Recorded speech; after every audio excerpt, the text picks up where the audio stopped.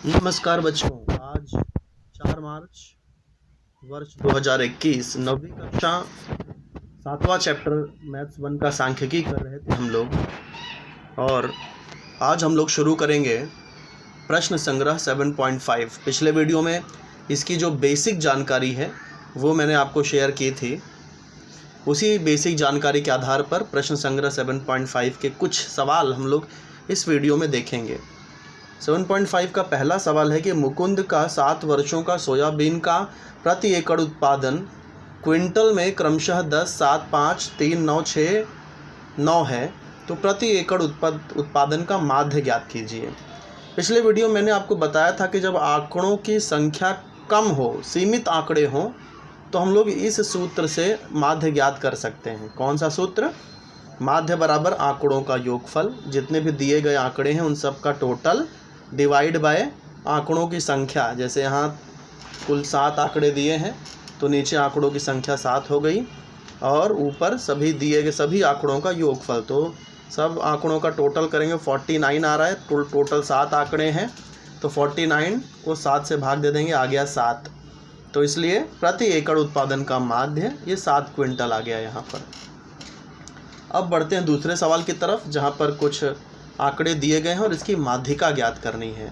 तो माध्यिका ज्ञात करने के लिए सबसे पहला स्टेप है कि दिए गए आंकड़ों को आरोही क्रम में, यानी कि छोटे से बड़े यानी बढ़ते क्रम में लिखना है। तो सबसे छोटा नंबर यहाँ 59 है, उसके बाद आप देखिए 68, 70, 74, 75 2 बार है यहाँ, इसलिए 2 बार आ जाएगा 80। तो सबसे पहले आरोही क्रम में इसको व्यवस्थित करना है।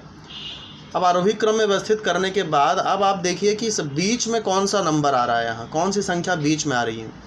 74 को यदि आप देखें तो इसकी बाईं तरफ भी 3 अंक हैं और दाईं तरफ भी 3 अंक हैं, तो ये 74 बीच में आ रहा है। इसलिए मैंने नीचे के स्टेप में लिखा कि ये जो पहला, दूसरा, तीसरा, चौथे क्रमांक की जो संख्या 74 है वो मध्य में है, तो इसलिए दी गई सामग्री की माध्यिका भी 74 होगी। तो माध्यिका किसको बोलते हैं? जो सभी आंकड़ों के बीच की जो संख्या होती है उससे ही माध्यिका कहा जाता है। तो यहाँ 74 सभी आंकड़ों के मध्य की संख्या है, इसलिए यहाँ माध्यिका 74 हो जाएगा। बढ़ते हैं तीसरे सवाल की तरफ। गणित के गृह कार्य में 7 विद्यार्थियों को 100 में से निम्नलिखित अंक प्राप्त हुए। 7 विद्यार्थी हैं तो जिनमें 100 उनको 100 में से निम्नलिखित अंक प्राप्त हुए हैं। हमें बहुलक ज्ञात करना है। तो सबसे पहला स्टेप है अंकों का आरोही क्रम लिखना पड़ेगा। सबसे छोटा यहाँ 80 है, उसके बाद 90, फिर 95, फिर 99, फिर 100, 100, 100। तो आरोही क्रम में संख्यों को अरेंज कर दिया।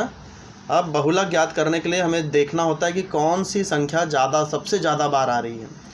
तो यहाँ देखिए सब संख्या एक ही बार आ रही है, केवल ये जो 100 है वो 3 बार आ रहा है, इसलिए 100 यहाँ सर्वाधिक बार आया है, इसलिए बहुलक क्या होगा? 100 हो जाएगा। जो संख्या सबसे अधिक बार आएगी वही बहुलक होती है। अब चौथा सवाल देख लेते हैं। 30 मजदूरों को मिलने वाला मासिक वेतन रुपयों में दिया गया है और हमें मासिक वेतन का माध्य ज्ञात करना है।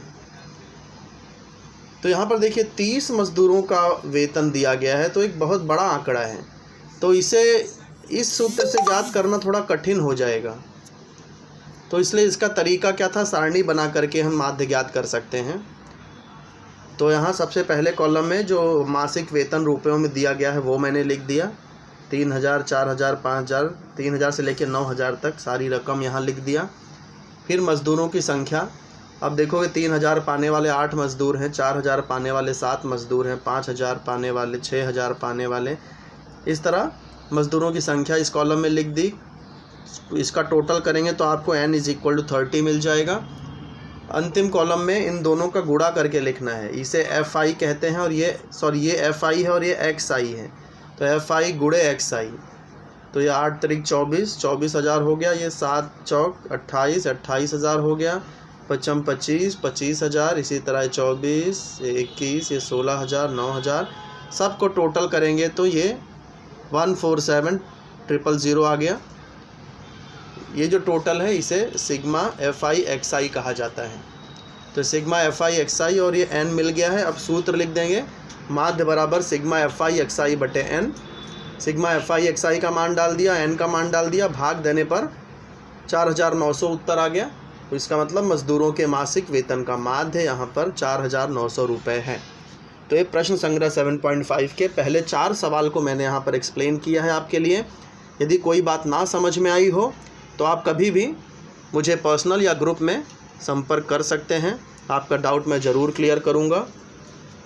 तो ये सारे सवाल आप अपने मन से हल करके शेयर करिए। धन्यवाद।